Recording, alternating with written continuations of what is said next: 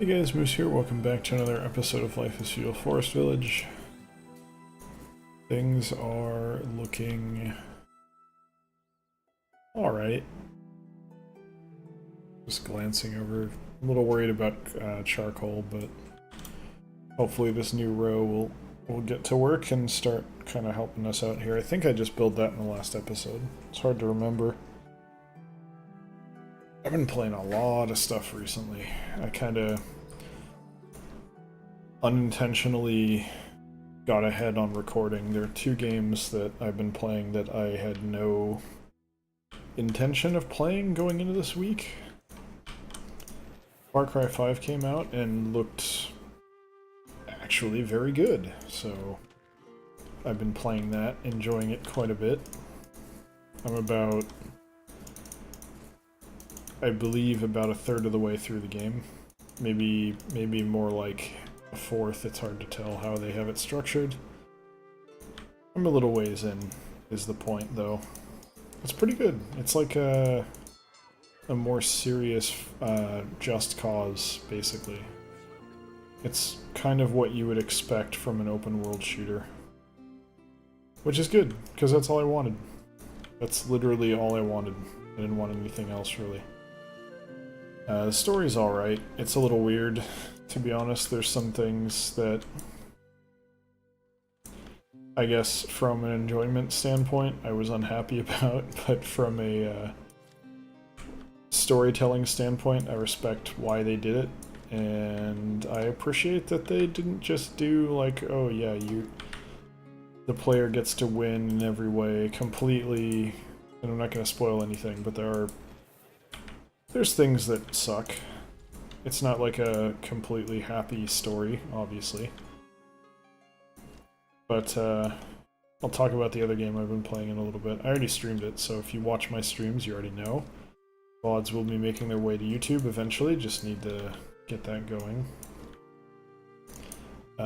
But for Far Cry, like, one of the things is that if you're just going around, you'll occasionally run into cultist like vehicles, and if you didn't know, the enemy that you're fighting is like a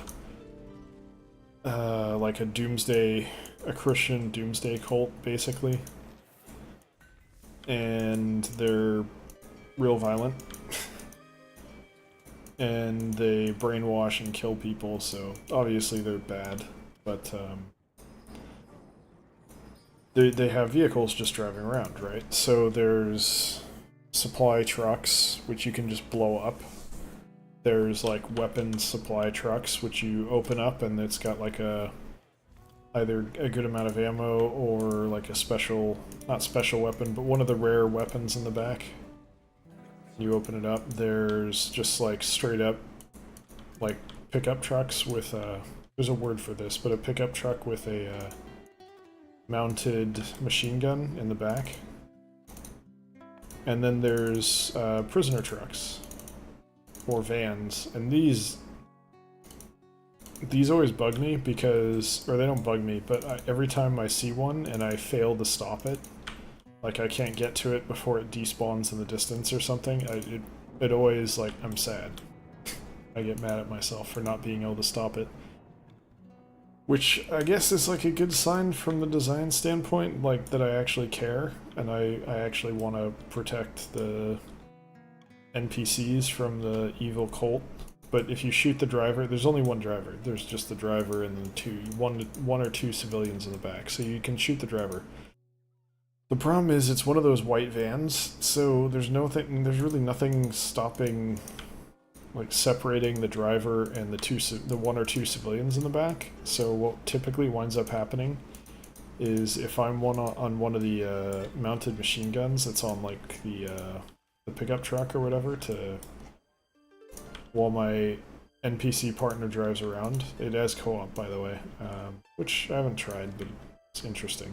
I might, if it goes on sale, theoretically one day I might play it with Karen, but I don't think she'd be all that interested, to be honest, which is fine.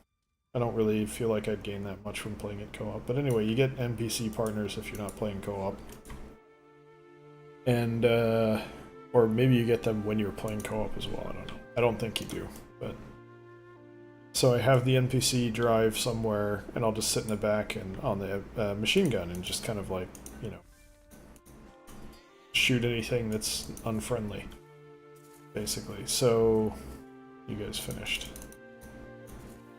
The problem is the machine gun doesn't really have a very tight grouping, so it'll just kind of like, it'll go in the direction you're aiming, but you may not hit what you wanted to hit. That's the important point. So what can wind up happening is you like fire, and you're on, you know, you're on the dude, and you may hit him with that one shot, but it may even, I think, go through him and hit one of the civilians. So I've killed like a lot of civilians that way. So I try to pull up, and I feel slightly guilty about that. I try to pull up alongside and you know, shoot the driver from the side instead of the front, so that I don't kill any of the civilians, but sometimes it's hard. Sometimes you miss, you know? But it seems like I'm really accurate when it comes to killing the civilians in the back of those prison trucks, so... But hey, they were gonna be, you know, probably tortured and killed by the cultists anyway, so better for them if that killed them. That way they just die quickly. Really, it's mercy. That's what I tell myself. But yeah, it's a fun game. It's got a nice big world, a suitably large area to roam around, lots of options for traversing it. I feel like the aviation for helicopters and jets, like, or planes, the flying controls are not that great, but I'm sure that's something I could fix if I wanted to. There's little things that I would complain about, but generally it's a solid game. I'm used to feeling like $60 games aren't worth it, and I don't know. I think that might be worth it. It's a pretty good game. I've enjoyed it so far. Stable, no crashes, no anything. Seems to work, which is a rare thing to be able to say for an Ubisoft game, but genuinely no real complaints. Pretty much offers everything I wanted. It's not a perfect execution of what I wanted, but it's pretty damn good. It's the newest, greatest version of that type of game, so I will take it personally. I hope you guys enjoy it as well if you happen to try it out. The other game that I've been playing, that I streamed on Wednesday, and I'm going to stream again on Friday, and I realize many of you are going to be watching this well after it went live, so you may not... The times that I'm referring to here may not be relevant, but I picked up with no idea... Oh, and real quick, with Far Cry, I didn't plan on buying it going into the week, but on Monday, it came out at 9 PM VSD on Monday, and I'd watched a few Let's Plays of it, and it was good. It was pretty good, and I was instantly like, alright, you know, that's a little bit of an itch I've wanted to scratch, so screw it, let's buy it. So that's why I picked it up. And I wasn't originally planning on doing it, but anyway. The other game was Ni no Kuni 2, which I had known came out, kind of, and ignored it because it just showed up on Amazon a few times. And I saw like tweets about it and stuff, but I didn't really pay any attention to it. But then I saw Karen watching a Let's Play for it, and realized that it had kind of the town building stuff, kind of similar maybe a little bit to My Life as a King, which I really, really, really want more of, and I don't know how much of Ni no Kuni 2... how much Ni no Kuni 2 has that, but I'm excited to find out, and I can't wait to kind of get there. I'm probably about 2/3 of the way there, I think. I got a little further to go before I get to that point, but... it's kind of that plus RPG. It's got some kingdom building stuff. I don't know if it's quite the way that I want it to be, but whatever, it's fine. I should stream or do a YouTube series on My Life as a King. I think it's one of those games, it was like a Wii downloadable title, which is like the least... If you're putting a game out on console, a Wii downloadable title has to be like the least popular... Like, if you had a physical copy, or if it was like a full game and you sold it as like a disc or something, that would be an improvement. It would be more popular. People would pay more attention to it. I think being a downloadable game in general on console kind of takes away some of the credibility that you might have with that game, and then furthermore, having it be on the Wii takes it a step further and makes it kind of trash. But it really did a few things that I think were extremely well done and are mechanics that should and could easily be stolen for other games of this kind of genre, as I've said many times before. So it's really good. So I'm excited to see how much of that exists in Ni no Kuni 2 and how much of it I can kind of... Wait, I can deconstruct all this crap. There's no reason for this to be here anymore. I want to see how much is in Ni no Kuni 2, because that's kind of why I picked it up.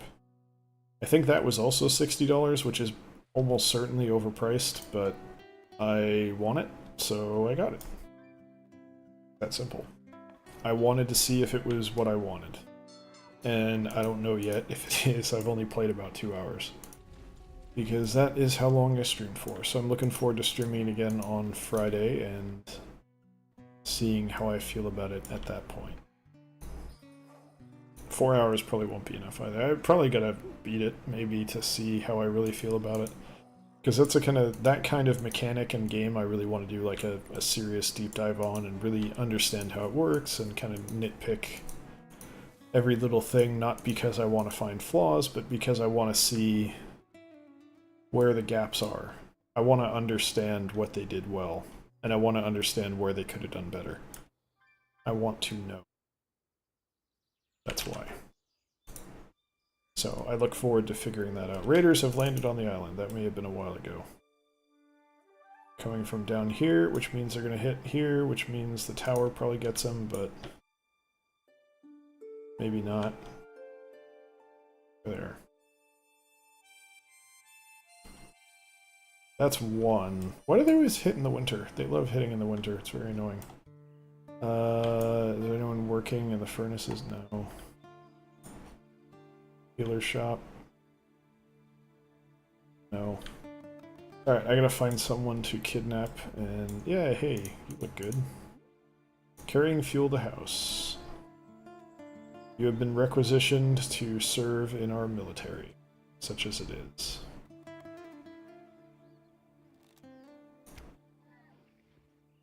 It's really just gonna be one dude. Got him right in the knee there.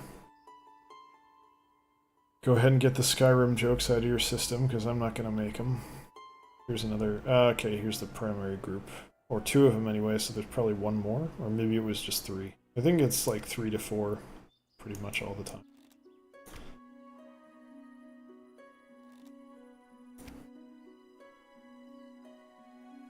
The thing is, if there is a 4th one, I kind of don't care.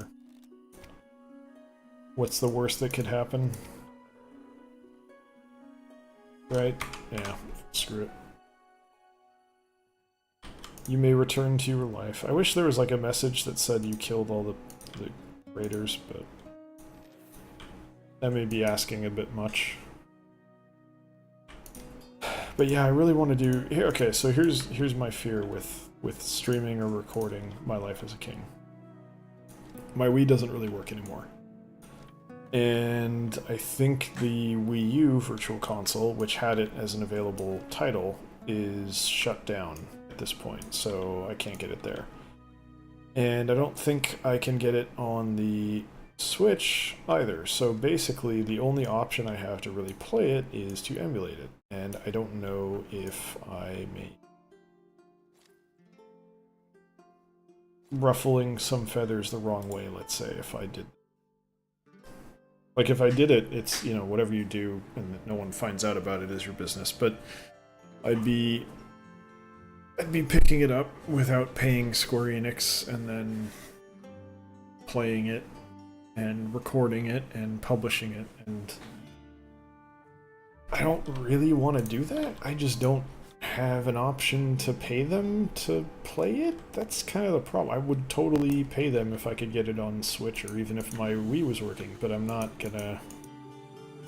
I don't really have another option. And even if my Wii was working, I don't think the shop works there anymore either, so I wouldn't be able to purchase it. So I kind of feel like I'm trapped. And I don't have any way to get it other than emulating it, so probably that's what I'm going to have to do. I don't really like doing it. I would prefer not to do that if I had a choice, but I don't really feel as though I have a choice, so it is what it is. We'll see. One way or another, I'm going to play it, so... I'd be thrilled if they did not only, like, put it on the Switch, but, like, do a new version of it, because I really, really, really love the idea of, like, managing adventures, especially with the Final Fantasy aesthetic. It's really nice, the old school, like, oh, this guy's a thief, so his gear is green and tan.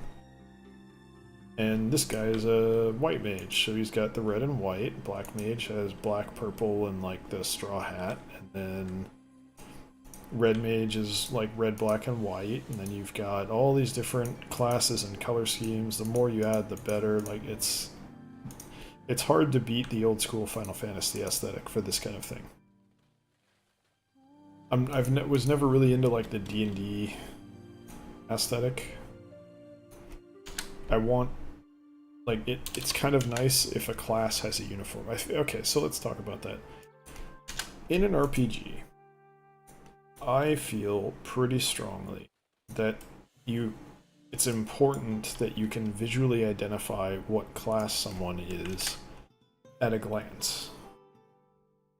We lost a ton of people. Didn't we? It sure feels like we did. We have a lot less than I thought. Did I put people somewhere and I forgot? I don't think I did. Holy crap, we have like no one left. What happened? Alright, no more baking then. Jeez, that sucked. Am I just totally... No, we lost... A ton of people died in accidents and stuff. That must be it. Wow. I think it wasn't like a big spurt of people, it just kind of happened slowly over time. Which sucks, but yeah, okay, so in an RPG, it's important to be able to identify classes at a glance, because it contributes to an aesthetic that you can define the game by. I really preferred... Like, if I'm playing a Final Fantasy RPG, I pretty much always prefer the ones where... Yes, you have different characters and they have different blah blah blah blah blah, fine. But the iconic thing of Final Fantasy for me isn't, oh hey look, it's Cloud Strife. That's not iconic to me. That's just, okay, it's a character, everyone has characters. What's iconic to me, and what's kind of, for lack of a better way of putting it, evergreen, is, hey, that's a white mage's robes. I know what that is. I've known what that is since I was a child, and I will know what that is in every game they make. And it's not necessarily just that they've been doing it so long, so now it's special. No. It is a little bit that too, but also having like a clear aesthetic for your classes, I think, is really important. It's hard, I don't know, it's hard for me to explain. I just feel like that really strongly contributes to things and allows you to have like interesting specific aesthetics that are interesting above and beyond just, oh, this is this character, they dress like this, and they have this weapon. I hate that, where it's just, oh yeah, that's who they are and that's what they do. I want them to be variable. I want to decide what they are. I want to decide what class they are. I want to design my party. I don't want it to be locked in place just because, oh, well, this character is a thief because they're lucky, or not lucky, what's the word I'm looking for? They're the thief because they're of a build that makes sense for them to be a thief, like they're small and quick moving. I hate that. If I want Yuffie to be a paladin, then she's gonna be a fucking paladin. Or not Yuffie, what was her name? The other one. The one in 12, the one that I actually played. The fuck was her name? Anyway, you know the one I'm talking about. The one with, the small girl. That one. She was, by default, thiefy, if I remember right. And then 12 did a good job of letting you spec into whatever, and I appreciate that, but I want like full control and also like a clear visual change when I change what that character is, you know? It's hard to explain. I don't know. I just really like the idea of like, hey, you change this, like FF3 where you change what they are, and yeah, it's still clearly that character. Their face doesn't change, but now they are wearing a totally different outfit, and it's whatever. It's like the uniform for that class. I like that. I don't like, well, tanks or paladins wear heavy armor, so if they're wearing heavy armor, you know they're a paladin. But oh well, they could be a warrior too. We don't really know. I don't like that as much. It's not as cool, in my opinion. But again, whatever. Personal opinion. I think someone smarter than me could explain why that's important for brand and marketing or something and developing like an enjoyable aesthetic, but I'm not that guy, so that's fine. Anyway, that's going to do it for today's episode, so thank you very much for watching. Hope you guys enjoyed it. Hope you'll join us for the next one as well. If you did enjoy it, you can come by twitch.tv/electronicmoose. Wednesday, Friday, Sunday, 6 to 8 p.m. PST, 9 to 11 p.m. PST. Wait, I did that wrong. 9 to 11 p.m. PST. No. Brain, why did my brain just stop? 6 to 8 p.m. PST, 9 to 11 p.m. EST. That's what it is. There you go. Anyway, if you want to check out a stream there, feel free to come by at any of those dates and times. If not, thanks for watching here on YouTube, and I'll see you next time. Take care.